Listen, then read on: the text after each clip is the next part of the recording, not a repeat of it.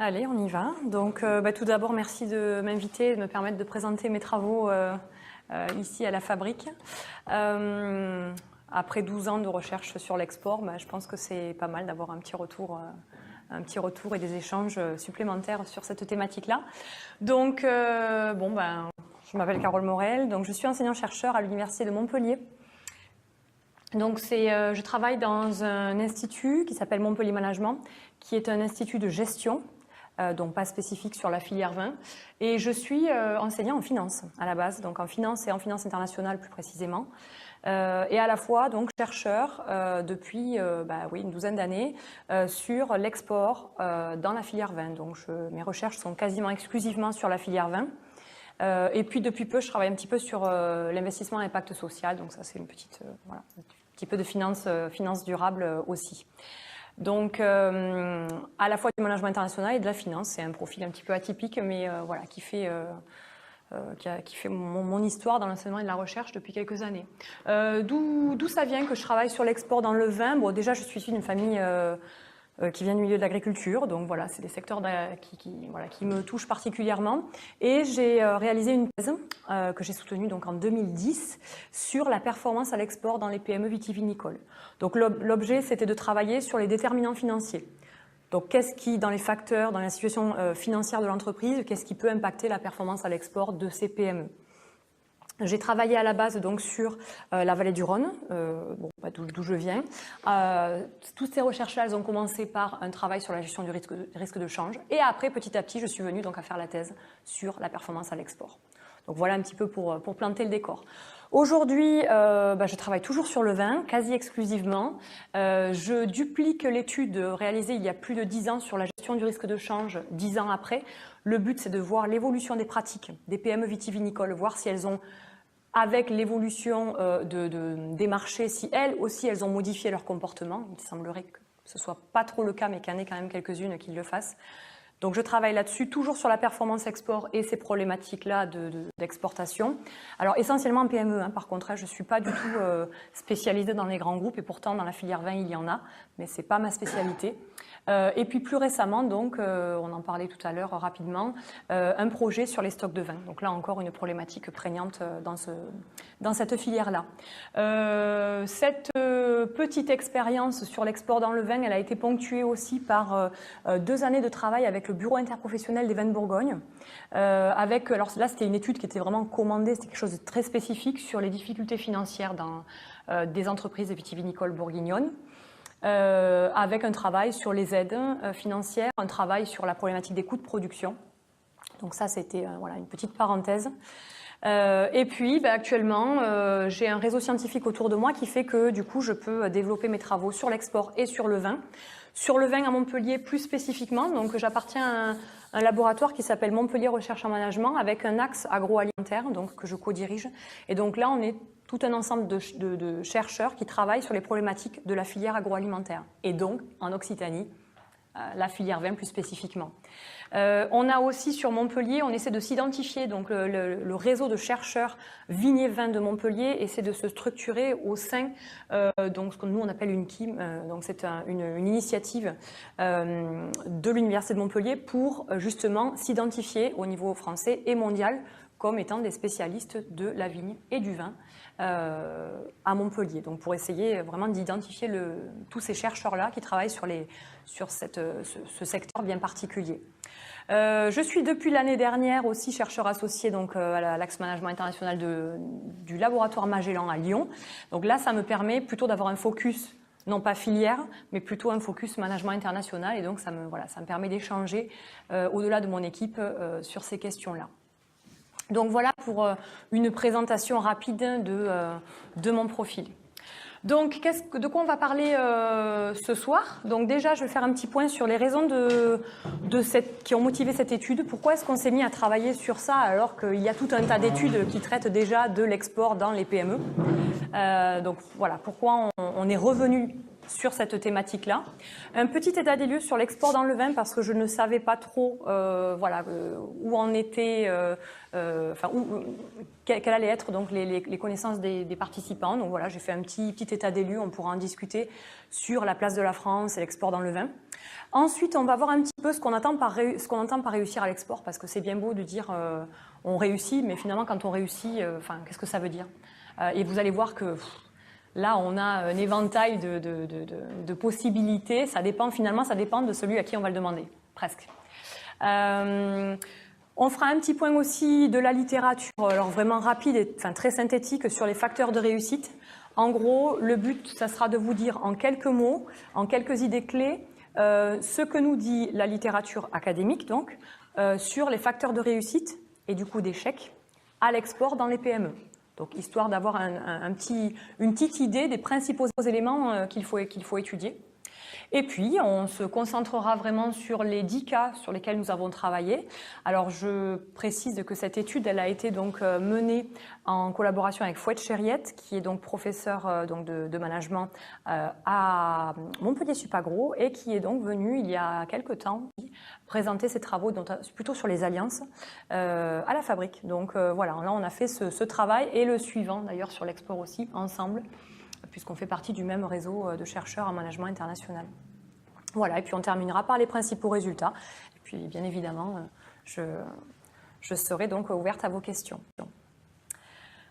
Bon, small is beautiful, c'est la question du jour. Ok, est-ce qu'il fait bon être une petite entreprise dans la filière vin pour réussir à l'export?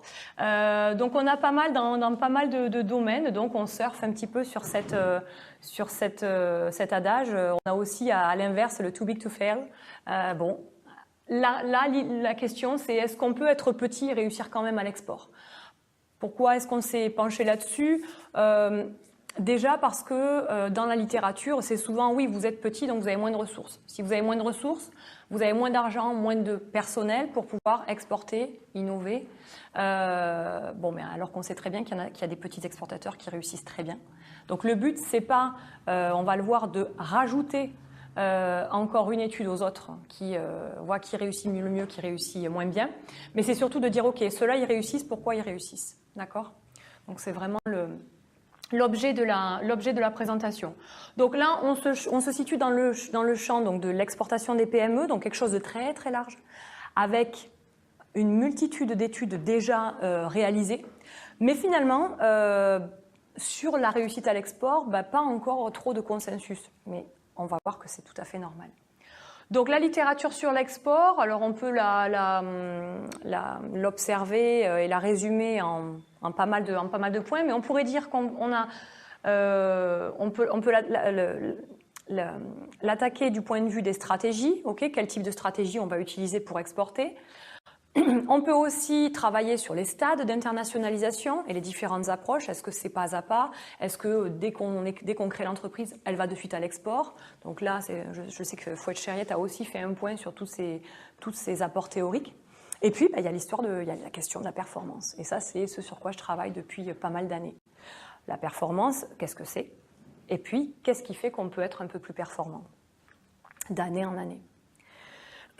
Donc là, on a tout un tas de travaux. Je pourrais vous transmettre les références si besoin, si cela vous intéresse. Mais pour résumer, donc, il y a un déterminant qui revient très, très souvent dans les études sur la performance à l'export et ses déterminants, c'est la taille. Et donc, assez intuitivement, on va se demander s'il vaut mieux être petit ou grand pour réussir.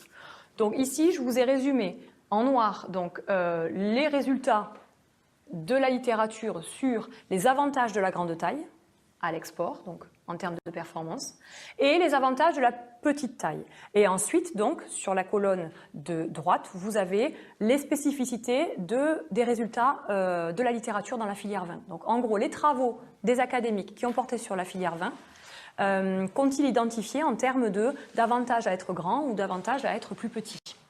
Donc là, on voit que très clairement, la dimension ressources, elle ressort. Mais ça, c'est évident, d'accord? C'est inévitable. Donc ça se vérifie aussi dans la filière vin. Ensuite, on sait aussi que, et notamment dans les études sur la filière vin, on a plus d'expérience. Donc forcément, on va plus facilement aller vers d'autres marchés. D'accord? Il y a un effet d'expérience qui est clair.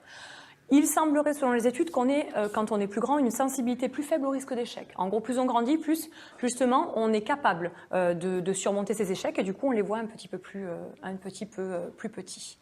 Et puis, très important, quand on est plus grand, on définit une stratégie. Les PME, et notamment les PE, vont à l'export, on va voir dans quelles conditions, mais il n'est pas systématique qu'elles définissent vraiment une stratégie. Ou alors elles en définissent une, mais elles la nomment pas comme telle, d'accord? Mais en tout cas, définir une stratégie export, ça semble vraiment être quelque chose d'important, et pourtant pas systématique dans les PME. À l'inverse, alors là, on voit vraiment la spécificité de la filière vin. Donc, les avantages classiques qu'on verra dans quasiment toutes les études de la petite taille, c'est qu'on est plus flexible, on a moins de coûts de coordination, on peut aller vers des stratégies de niche. OK. Mais quand on est en plus dans un secteur d'activité avec un ancrage territorial fort, on a véritablement une identité qu'on va pouvoir mettre en avant. Une authenticité aussi quand on est un petit producteur, par exemple. Et puis aussi, c'est possible, la dimension artisanale du produit, du processus de production. Et ça peut être aussi gage de qualité, en tout cas qualité perçue. Et du coup, ça peut être aussi vendeur à l'international. Bon, problème, c'est qu'effectivement, toujours pas de consensus. Donc, je ne pense pas que j'en trouverai un jour, mais je pense que de toute façon, il ne faut pas en trouver. Enfin, il ne faut pas chercher à en trouver. Donc, du coup, plutôt que de tester une nouvelle fois qui parmi les grands ou les petits réussissent le mieux, nous, on s'est dit, il y a des petits qui réussissent, donc on va aller les observer. Et plutôt que de faire une énième étude quantitative avec un questionnaire ou des bases de données à traiter, on s'est dit, on va aller les observer. Observer leur trajectoire, leur comportement et ce que eux perçoivent de leur activité export. Donc, petit aperçu rapide de l'export dans la filière vin. La France, au niveau mondial, donc, on est à la fois deuxième producteur mondial, donc là j'ai pris les derniers chiffres de l'OIV, et on est à la fois premier exportateur, donc quand même on est toujours dans les leaders, d'accord, même si on bouscule un petit peu notre leadership et il ne faut pas trop se reposer sur ses lauriers. Pardon ? Oui, tout à fait. Donc, une baisse des parts de marché quand même depuis une dizaine d'années, ça, on peut pas le renier.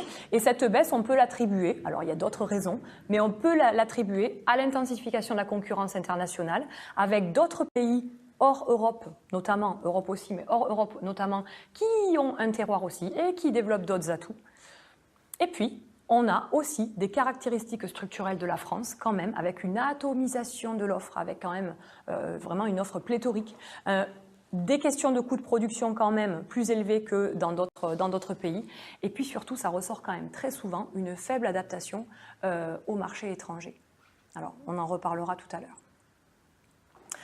Donc voici quelques éléments donc chiffrés en termes donc de chiffre d'affaires donc et d'évolution du chiffre d'affaires. Donc là encore une fois donc on est sur une croissance donc en 2017, que ce soit en volume ou que ce soit en valeur, et on est après l'aéronautique et historiquement le deuxième excédent commercial français. Donc ça fait partie et on est leader sur la filière agroalimentaire française. Donc c'est quand même un secteur qu'il faut aussi en continuer à encourager puisque il est bon pour la balance des paiements française. Au niveau d'exportation, États-Unis, toujours. Royaume-Uni, bon, il y a eu le Brexit, hein, c'est sûr, il y a eu quelques petits remous, mais on a quand même une légère reprise malgré la baisse de la livre. Et puis la Chine. Donc la Chine qui fait vraiment l'objet de pas mal d'attention et aussi dans la littérature académique. Mais États-Unis, Chine sont les moteurs de la croissance, donc selon, là encore, les différentes études qui sont sorties, et on parlera de toutes ces études-là. Donc les chiffres, si vous cherchez des chiffres de référence sur les exportateurs de vins spiritueux, on a évidemment la fédération qui donne régulièrement des informations. Une bonne nouvelle, pour 92% des professionnels interrogés par le Wine Trade Monitor, l'origine française demeure la référence. Donc quand même, on a encore pas mal d'atouts à mettre en valeur.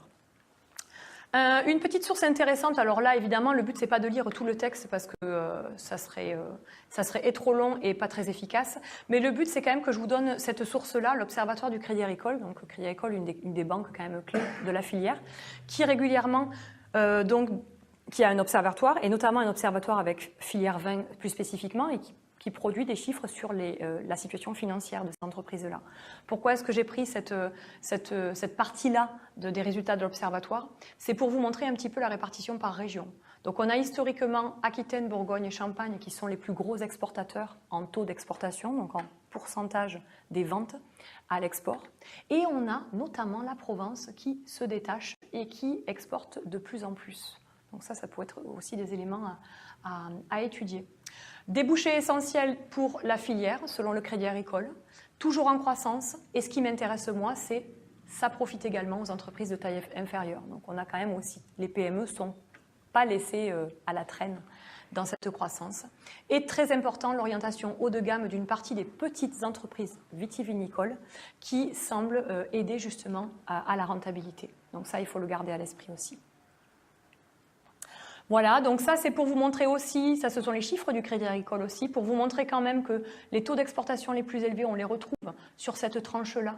Donc ça c'est en chiffre d'affaires, en taille, donc en chiffre d'affaires. Sur cette tranche-là des entreprises vitivinicoles françaises, du portefeuille Crédit Agricole bien sûr. Mais quand même, on voit qu'on est sur des taux d'export qui sont très respectables pour les plus petites entreprises. D'accord ? On n'est pas sur des exportateurs expérimentaux, comme on les nomme nous. Et on le voit ici aussi quand même, avec, même sur la tranche supérieure à 35%, donc dans l'étude de Duval 2015, avec quand même de nombreux petits exportateurs, donc 2 à 10 millions de chiffre d'affaires, qui exportent plus de 35% de leur production. Donc c'est quand même pas mal. Enfin, de leur vente, excusez-moi. Cette étude-là, donc c'est une étude qui est issue d'une thèse de doctorat que j'ai co-encadrée, sur la base des données Crédit Agricole, encore une fois. Donc on continue, ça c'était un petit aperçu, histoire de vous planter le décor un petit peu. Maintenant on rentre dans le vif du sujet, donc réussir à l'export, qu'est-ce que cela veut dire? Bon, on a pas mal de réponses, la littérature nous dit plein de choses. La littérature, elle nous dit que, grosso modo, on a plus d'une cinquantaine d'indicateurs, hein, donc on a de quoi faire. Mais c'est des indicateurs quantitatifs et des indicateurs qualitatifs. Quand je dis qualitatif, ce sont des perceptions. Donc perception du succès ou de la réussite à l'export. Quantitatif, alors, pour une financière, c'est difficile à avaler, mais un indicateur de réussite à l'export ou de performance export, c'est le taux d'exportation. C'est juste, pour moi, un indicateur de taille de l'activité export, le taux d'exportation, et de dépendance à l'export. Mais dans la pratique, pour les opérateurs, c'est déjà un indicateur de réussite. D'accord ? Un financier aurait tendance à dire il nous faut la rentabilité export. Okay ? Bon, sauf qu'une rentabilité export, c'est très compliqué à calculer, voire impossible avec les normes françaises, normes comptables françaises. Bon, quand même, on réussit si on voit que nos ventes export, elles se développent, elles augmentent. On réussit si on a plus de parts de marché. Voilà comment on mesure cette performance export. Et puis après, donc là, le succès perçu. Les études, elles convergent par contre pour dire qu'il ne faut pas avoir un seul indicateur. Il faut croiser plusieurs indicateurs de performance. Et c'est pour ça que certains auteurs ont développé des échelles composites composées de plusieurs indicateurs avec un rating.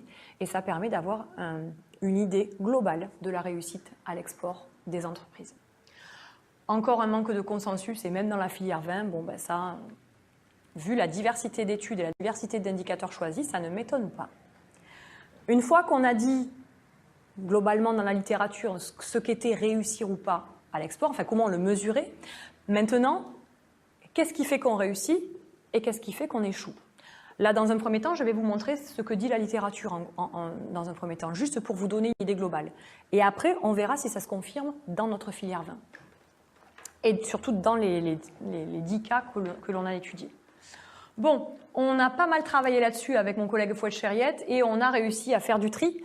Et on peut se dire que la réussite à l'export des PME, globalement, elle est due à l'entreprise et à son dirigeant, au processus d'exportation et à la stratégie, et à la capacité de l'entreprise à interagir avec son environnement et à gérer justement les contraintes de cet environnement. Donc, pour ce qui est de la première catégorie, donc ça peut être à la fois l'identité de l'entreprise par rapport à son dirigeant. Je vous rappelle qu'on est en contexte PME. Qui dit PME dit le rôle du dirigeant et l'identification de l'entreprise à son dirigeant. Et dans la filière vin, c'est très important aussi. L'expérience export, l'orientation export, l'engagement de l'équipe à l'export. Ça, dans les PME, c'est hyper important et ça fait des défauts parfois. Du coup, c'est lié aux compétences, que ce soit des compétences linguistiques, que ce soit des compétences techniques, dans toutes les techniques du commerce international. Bon, ben là, il faut s'entourer. Il faut s'entourer, être accompagné. La qualité du vin, l'innovation, donc ça, c'est vraiment l'identité de l'entreprise, d'accord, sur qu'est-ce qu'elle produit. Ça, c'est très important. Et la qualité, le haut de gamme, la France est très forte en haut de gamme au niveau mondial, d'accord. Elle a vraiment une place de choix sur les marchés internationaux.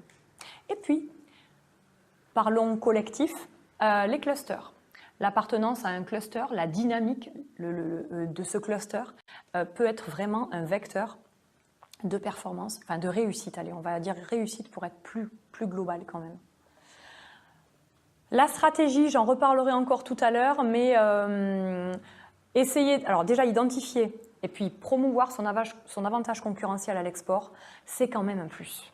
D'accord ? Et encore une fois, ça ne veut pas dire que toutes ne le font pas, mais ça veut dire que certaines ne l'identifient pas et ne le mettent pas assez en avant comme tel.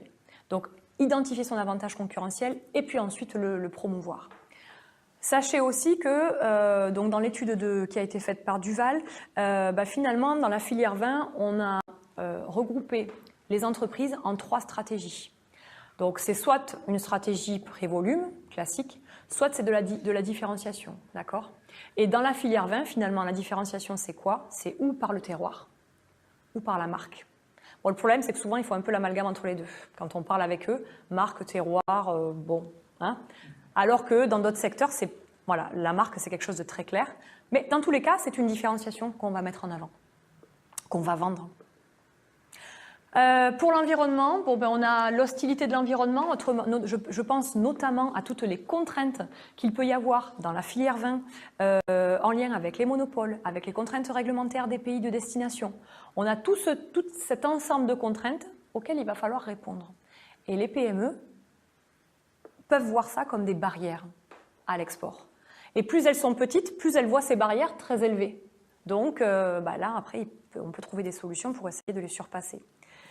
Le soutien institutionnel aussi. Nous, on a par exemple en Occitanie la marque institutionnelle Sud de France qui a permis à certains exportateurs de vin justement d'aller à l'international. Bon, là, on sait que les plus petits vont l'utiliser, les plus grandes entreprises l'utilisent moins, mais c'est normal. Et du coup, ce soutien institutionnel peut être un poids. Les interpros, évidemment, dans la filière vin, on a nos interprofessions qui sont très importantes, puisqu'elles, notamment pour la promotion des vins, elles ont un rôle à jouer. La collaboration, alors ça c'est un point hyper important et qu'on vérifie après dans les études de cas. Relation à la fois avec les importateurs, avec les agents, avec tous ceux qui vont faire le lien avec l'international, la relation donc avec clients et la relation inter-entreprise aussi à l'intérieur d'une région. Donc là, c'est vraiment quelque chose à cultiver, à développer et on verra en plus que nos entreprises là confirment que ça fait vraiment partie de leur réussite. On continue parce que si on parle de réussite et qu'on ne parle pas d'échec, c'est quand même assez, je pense, assez limitant.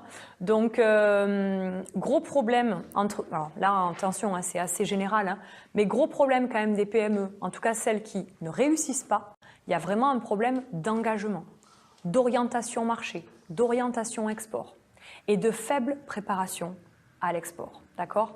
Donc, autrement dit, on y va parce qu'on a eu une opportunité. Nous, en plus, dans la filière vin, c'est souvent ça. Sur un salon, on a rencontré quelqu'un. Du coup, on a fait une première commande et du coup, ça a enclenché la suite. D'accord ? Pour les PME, ça marche quand même souvent comme ça. Ou quelqu'un qui est carrément venu en vacances au domaine. Il se trouve que finalement, sur son territoire, il a un réseau et du coup, c'est ça qui va lancer l'activité. Et du coup, c'est du one shot au début. Et ensuite, si on ne se prépare pas, si on ne professionnalise pas tout ça, ça peut mener à un échec. Les facteurs classiques liés à la petite taille, hein, on est petit, on a moins de ressources, on a des stocks limités aussi, parce que c'est bien beau de vouloir se développer à l'international, mais on a un nombre d'hectares limité, et ce nombre d'hectares limité, ça fait un nombre de cols limité aussi. Donc à un moment donné, il faut que ce soit aussi à l'échelle de la taille de son entreprise, et du coup, parfois, on nous demande plus et puis on ne peut pas, donc on peut rater des marchés aussi pour ça. Les compétences, ça c'est indubitable. Le coût élevé des déplacements et des salons pour des petits. Alors on a quand même des missions qui se font, d'accord. On a de l'accompagnement là-dessus. Donc il faut aussi profiter de ces missions. Profiter des salons aussi qu'on a en local où on peut rencontrer des futurs clients. Et puis j'en ai parlé tout à l'heure. Hein. Gérer son environnement, c'est bien, mais du coup si on n'arrive pas bien à le gérer, ça devient une barrière à l'export. Ça diminue heureusement avec l'expérience. Il y a les problématiques de change aussi. Parce que souvent dans cette filière-là, on subit les problématiques de change, on facture en euros tant qu'on peut, sauf que du coup on peut rater aussi des marchés en facturant en euros, alors que les Australiens, les Américains, eux, ils proposent aussi, ou les Chiliens, ils proposent aussi ces services-là. Bon, ça fait partie des éléments, des pistes d'amélioration, on va dire. Donc voilà pour un petit état des lieux et de la littérature et de la situation dans la filière. Maintenant, venons-en à notre étude. Alors évidemment, tout ce que je vous ai présenté là, on l'a présenté aussi dans la littérature de cet article-là. Mais venons-en au cas, puisque je pense que c'est quand même aussi ce qui vous intéresse. Donc on a travaillé sur 10 entreprises. Vous pourriez me dire, c'est pas beaucoup. C'est sûr. On a travaillé par le passé sur des bases de données beaucoup plus lourde, beaucoup plus grande. Moi, j'ai travaillé aussi sur pas mal d'entretiens, sur d'autres études. Donc, on a quand même déjà une idée assez claire de ce qui se passe dans la filière tous les deux. Donc là, on voulait vraiment avoir 10 entreprises en plus et puis avoir vraiment ce focus sur réussite, échec à l'export. Alors, quels critères de choix? Bon, c'est très simple. Le premier critère, c'est PME. Alors, être petit à l'export, vous auriez pu croire que ce n'est que pour les petits domaines, d'accord? Mais on a quand même, nous, une majorité de PME dans la filière. On n'est pas que sur des petites. Donc, c'est bien quand même de voir un petit peu ce qui se passe sur les un petit peu plus grandes. Il faut évidemment qu'elles aient une activité vin majoritaire. Parfois, dans certaines régions, je pense notamment à Lyon, par exemple, vous avez des viticulteurs qui sont à la fois arboriculteurs ou qui vont avoir un autre type de production, qui vont être céréaliers, qui vont avoir un autre type de production. Donc, dans d'autres régions, une autre partie de la Bourgogne, si on prend notamment Lyon et qu'on prend après la Côte d'Or, forcément, en Côte d'Or, ils sont viticulteurs. D'accord ? Donc là, le but, c'est qu'ils aient quand même une majorité d'activité vin et puis qu'ils soient exportateurs depuis au moins 3 ans. Alors c'est arbitraire comme choix, très clairement. Vous auriez pu me dire pourquoi pas 2, pourquoi pas 5. On a mis une barre et puis aussi on avait, il faut le dire quand même après coup, certaines entreprises à notre disposition qu'on avait rencontrées sur le salon, qui fait que à Montpellier, donc qui fait que du coup à Vinisud on a eu aussi des opportunités de ce point de vue-là. Recueil de données, questionnaire, entretien. Et on a complété ça, bien sûr, par les sites internet, la presse spécialisée, tout ce qu'on a pu avoir comme information sur ces sociétés-là. D'accord ? Mais quand même, à la base, on a un questionnaire structuré, donc semi-directif, qui nous a permis d'avoir les mêmes informations pour les 10. Pour le traitement de données, c'est quand même mieux. Bon, sur le traitement de données, attention, très clairement, on est sur une analyse qualitative de discours, mais on n'a pas fait tourner un logiciel d'analyse de discours. On est vraiment sur quelque chose d'assez artisanal quand même, il faut le dire. Mais bon, on a nos entretiens et on en a ressorti l'essence. Il y a un biais forcément, parce que c'est pas un traitement de discours classique, mais bon, on a quand même pas mal d'informations intéressantes. Les voici. Donc, Claude, en fait, je sais pas si tu... C'est bon. Donc les voici, on a donc nos 10 cas. Donc vous voyez qu'il y a une diversité en termes de formes juridiques. Donc on a à la fois des SAS, on a à la fois des EA voire EU EARL, donc des entreprises unipersonnelles, agricoles, donc à responsabilité limitée. Et puis on a quand même aussi donc ça va de la grosse SAS voire SA, puisqu'on a 2 LAS qui appartient à Roederer Deutz, donc on a quand même, là on est sur une filiale de groupe, ok. Et puis on a des petits domaines familiaux, donc comme l'Arjol par exemple, ou comme Canet-Valette, qui sont vraiment des plus petites structures, mais qui fonctionnent plutôt pas mal à l'export. Les extréments en termes de taille, c'est 42 millions pour Gabriel Meffre, donc je vous rappelle que la limite PME c'est 50 millions, et puis on va jusqu'à 340 000 euros pour les plus petits. Donc là, vous avez l'équivalent en volume, donc soit en hecto, soit en nombre de cols vendus. Là, vous avez aussi une autre mesure de taille qui donc est le nombre de salariés. On va donc là, on va pas jusqu'à 250 qui est la limite PME. On va jusqu'à 150 pour Gabriel Meff, donc qui est la plus grande de nos PME. Et puis donc alors le 2 pour la SARL unité, donc Unit Wine, on en reparlera, mais là on est sur une joint venture entre deux sociétés qui se sont unies juste pour l'activité export. D'accord? Donc elles ont affecté 2 personnes spécifiquement pour cette activité-là. Sinon, vous voyez, c'est 3, 4, donc dans ces eaux-là pour les plus petites. Alors au niveau de la couverture, donc on est sur vin tranquille, sauf donc on a le domaine Jaillance où on va avoir aussi du vin effervescent hors champagne. Mais on est sur donc vin tranquille majoritairement. On n'a pas Bordeaux, d'accord. On a la Bourgogne, on a l'Occitanie, on a la vallée du Rhône, on a le Var. Mais on n'a pas l'Alsace d'ailleurs non plus, mais on n'a pas Bordeaux. Pour info quand même là, par contre, si vous prenez donc la SARL unité, la cave de l'Uni qui est l'actionnaire majoritaire donc de la SARL à 80%, c'est 250 salariés, c'est la plus grosse cave COP, d'accord, française si je ne m'abuse, en tout cas de Bourgogne. Donc, hop là. Et voici pour l'activité export. Donc l'activité export. Donc on est sur aucune entreprise en stade expérimental, donc inférieur à, inférieur à 15% du chiffre d'affaires exporté. Et puis on a notre dernier cas, qui est le cas Canet-Valette, donc Saint-Chinian, avec un cas spécifique de recul à l'export. C'est-à-dire qu'eux, ils exportaient 95% de leur vin, il y a encore quelques années, une dizaine d'années, et ils ont décidé, arbitrairement, étant donné les demandes de l'un de leurs principaux clients, d'arrêter parce que les demandes étaient beaucoup trop contraignantes pour un petit domaine et du coup ils ont fait ce qu'on appelle nous un recul et on les a gardés même s'ils ne sont pas dans un cas de réussite à l'export, en tout cas au sens où on a de plus en plus de ventes, mais on les a gardés parce que ça nous intéressait de voir ce cas spécifique, on va dire. Donc personnel dédié à l'export, donc on voit quand même que ça peut aller quand même dans ces PME, donc là jusqu'à 5, mais on voit aussi que Domas Gassac, donc à Agnan, a autant de personnel export que Gabriel Meffre qui a donc, comme je vous l'ai dit, 42 millions de chiffre d'affaires total, d'accord. Alors évidemment, on devrait l'expliquer quand même par des gros pourcentages d'exportation, c'est vrai pour Domas Gassac avec 60%.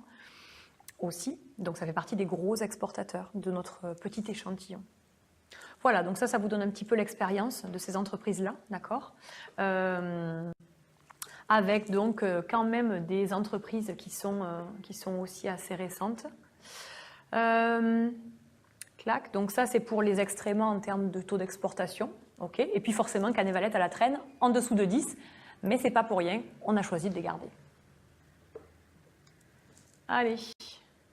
Alors, qu'est-ce qu'on a pu retirer de ces 10 cas? Déjà, pourquoi est-ce qu'elles exportent? Parce que c'est quand même une des premières questions qu'on leur a posées. Quelles étaient leurs motivations? Alors, ce qui est assez flagrant dans cette filière-là quand même, c'est on n'a pas le choix. On est dans un marché qui est international, une concurrence internationale, avec une baisse de la consommation sur le sol français. À un moment donné, si on veut s'en sortir, il faut être présent, il faut être là. Donc exporter est une nécessité, soit financière, aussi parfois c'est une nécessité parce que, alors ça nous a été dit plusieurs fois, étant donné les toutes petites marges que la grande distribution nous propose, il faut bien qu'on aille chercher des marges ailleurs. Donc les marges, on va les chercher à l'export. On a eu aussi ce type de motivation. Exporter est une solution à la baisse de la consommation française, donc c'est lié à la nécessité parce qu'à un moment donné, il nous faut des sources de revenus et il faut augmenter nos marges, donc il faut qu'on aille chercher les clients ailleurs. Et puis, la consommation mondiale de vin, par contre, se développant, il y a des parts de marché à prendre. Et puis, on est quand même la France, d'accord? On est quand même historiquement un des pays producteurs traditionnels de vin et leader quand même historique. Même si, comme je vous dis, notre place est un petit peu et même assez bousculée. Exporter permet de maintenir des marges donc réduites par la grande distribution. Donc là, il y en a aussi qui ont fait le choix justement de réduire petit à petit, grâce à l'export, leur dépendance à la grande distribution. D'accord ? On a Meffre, par exemple, qui est toujours très très présent dans la grande distribution, mais on va avoir des petits domaines qui volontairement vont être plus sur café, hôtel, restaurant, réseau de cavistes, et puis à l'international. Donc c'est vraiment une autre stratégie pour contourner la solution GMS, entre guillemets. Ça, c'est très très symptomatique aussi de la filière. Alors bon, je ne suis pas spécialiste d'autres filières, donc c'est vrai que je n'ai pas trop de points de comparaison. Mais en tout cas, là, c'est très souvent né d'une opportunité plutôt qu'une démarche programmée. D'accord, l'export. À part pour certains bond global qui vraiment font le choix délibéré de se lancer à l'export dès le début. Okay, mais dans la filière vin, c'est quand même plutôt souvent ce que je vous disais en début de présentation. Pour eux, que signifie réussir à l'export? Alors, bon, je n'ai que 10 cas, alors j'aurais pu vous en mettre 10, mais c'est surtout qu'il y en a qui reviennent, des appréciations de ce qu'est la réussite. Mais en gros, je vous en ai mis 3, juste pour vous montrer que c'est hyper subjectif, d'accord? Et notamment pour des PME. Être présent de manière pérenne sur un marché étranger, ça se tient, d'accord? J'arrive à rester aux États-Unis. Ou j'arrive à m'implanter en Chine et rester en Chine, d'accord, le challenge, ou le Brésil, d'accord, ces marchés-là. Avoir un pourcentage au moins stable, sinon croissant, du chiffre d'affaires. Là, je regarde juste mon taux d'export, et s'il augmente d'année en année, bah, c'est bien. Okay. Que mon produit soit apprécié par un consommateur à 10 000 km de son vignoble. Je crois que c'est ma préférée, celle-ci, parce que c'est finalement la moins financière, alors que je devrais quand même... normalement avoir peut-être l'action inverse. Mais en gros, c'est ça. Quand vous parlez à un viticulteur, vous avez prévu un quart d'heure, j'exagère, une demi-heure d'échange avec lui. Vous vous retrouvez à passer 2 heures dans son domaine. Et en gros, il va vous faire goûter son vin, il va voir que vous appréciez, il va partager quelque chose avec vous. Et pour lui, bah, il a tout gagné. Alors évidemment, il faut que ce soit viable financièrement derrière, mais ça fait partie aussi de la réussite, d'accord ? De dire, voilà, là, il y a quelqu'un qui a apprécié mon vin, et puis ben, il va le faire goûter chez lui à l'autre bout du monde. Alors il ne va pas regarder que ça, hein, bien sûr, mais ça fait partie de ces choses-là. Il y a vraiment cette dimension-là qui est quand même très importante. Mais du coup, échouer, c'est quoi? Ben, en fait, échouer chez eux, c'est plein de choses. Ça peut être un petit comme un gros échec. Des petits échecs, c'est bon, ben, je me casse la figure sur tel client, mais c'est pas sur un marché complètement, d'accord. Donc j'ai pas réussi à satisfaire sa demande, ou j'ai pas suffisamment, j'ai pas le matériel qu'il faut pour répondre à toutes ces problématiques de matière sèche, parce qu'on va parler de la matière sèche, hein, mais quand vous êtes dans la filière vin, vous devez vous adapter à vos différents marchés. L'étiquette, la contre-étiquette, le bouchon comme ci, le bouchon comme ça, les bouteilles. Donc ça fait beaucoup pour une PME, d'accord ? Bon, ben, sur un marché, évidemment, là, ça peut être un gros échec si vous comptiez sur ce marché-là, vraiment. Mais ça peut être juste, voilà, un petit échec. Allez, j'ai raté ce client-là. Bon, tant pis. Je continue sur un autre. Donc ça peut être aussi, et là c'est le cas de Canet Valette, rupture de la relation contractuelle avec un intermédiaire, d'accord ? Qui en plus avait une était en gros un très très gros apport en termes de vente pour vous. Donc là, ça veut dire grosse baisse, et surtout il faut très vite réagir, très vite se retourner, avoir des solutions de rechange sur d'autres circuits de distribution. Ça, c'est quand même considéré comme un échec. Et puis il y en a qui vont juste me dire, oh ben mes ventes à l'export, elles ont un petit peu baissé, ouais, ben, ou c'est un petit échec, ou il y en a qui vont me dire, non, ça c'est un problème pour moi, d'accord ? La Chine, ça se réduit, c'est pas bon pour moi. Donc, encore une fois, on en fait un petit peu ce qu'on veut. Quand on rentre dans ces dimensions subjectives, on voit qu'on en fait un petit peu ce qu'on veut. Bon, encore une fois, on a essayé de faire un petit peu le tri, d'accord ? Le tri des facteurs qui reviennent le plus souvent dans ces entreprises-là. Donc, facteurs de réussite, les facteurs internes, les facteurs relationnels et la stratégie. Ça revient un petit peu à ce qu'on a dit tout à l'heure, d'accord ? Il y a des facteurs internes à l'entreprise, son image, son histoire, d'accord ? Mettre tout ça en avant, c'est hyper bénéfique dans la filière vin. Innover quand même aussi. Alors là, par contre, on est un peu à la traîne d'un point de vue de la digitalisation de l'offre et d'un point de vue de l'utilisation des QR codes et tout ça, enfin bon, par rapport à d'autres pays dans la filière. Mais innover, c'est important. Et surtout, ça paye, puisqu'on arrive à obtenir des marchés. Et puis mettre en avant surtout son image locale et l'identité de l'entreprise. J'en parlais tout à l'heure, mais j'insiste encore une fois. la pérennité des marchés, la qualité de la relation avec les clients, vraiment. Les relations interentreprises, c'est la clé dans la filière. Alors, certainement dans les autres secteurs aussi, peut-être. Mais en tout cas, dans cette filière-là, c'est vraiment un élément à regarder avec soin et surtout à entretenir. Très important. Aller voir le client régulièrement, entretenir cette relation. Bon, ça veut dire aller à l'étranger aussi, hein, ou dépêcher quelqu'un. Une stratégie, définir une stratégie, se professionnaliser. C'est le gros problème des PME et des PE notamment. Se professionnaliser, avoir des compétences, avoir des personnes compétentes, formées. Et puis si on ne peut pas le faire en interne, eh bien, on se fait accompagner. D'accord ?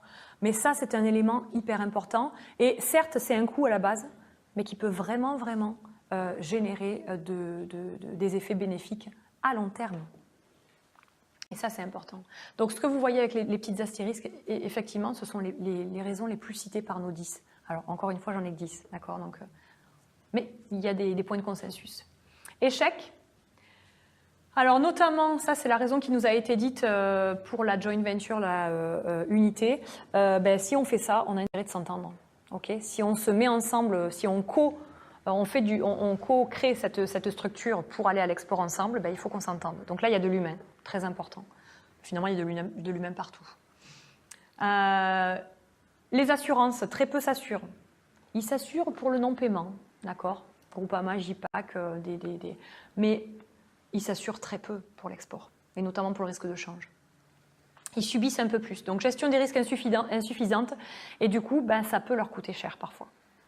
Ou certains, ils font du one-shot. Ils s'assurent donc une fois sur des gros contrats. Ils ont raison. Alors, notre point faible, il est là aussi. La France, on va adapter certes notre bouteille, notre étiquette, nos bouchons, mais on ne va pas s'adapter aux clients. Mais bon, tout à l'heure, je vous disais qu'il faut mettre en avant son image, son terroir et son identité. Par contre, il semblerait quand même que les études montrent, et les études même, la dernière là, qui est sortie, donc 2018 sur le Trade Monitor, il semblerait quand même que ce soit vraiment un point mis en avant par notamment les Américains, le manque d'adaptation. Pardon ?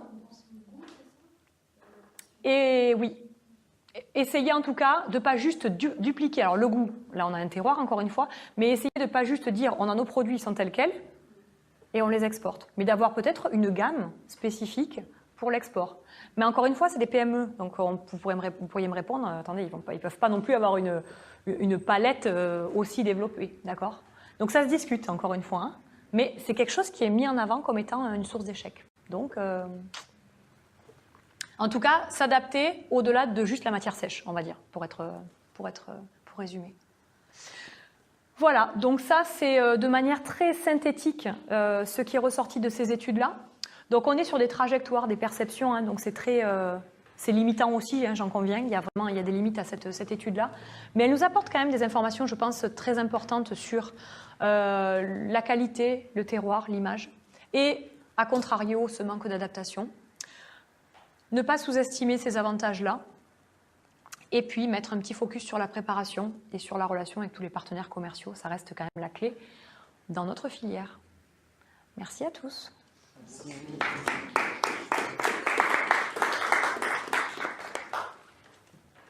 Merci beaucoup.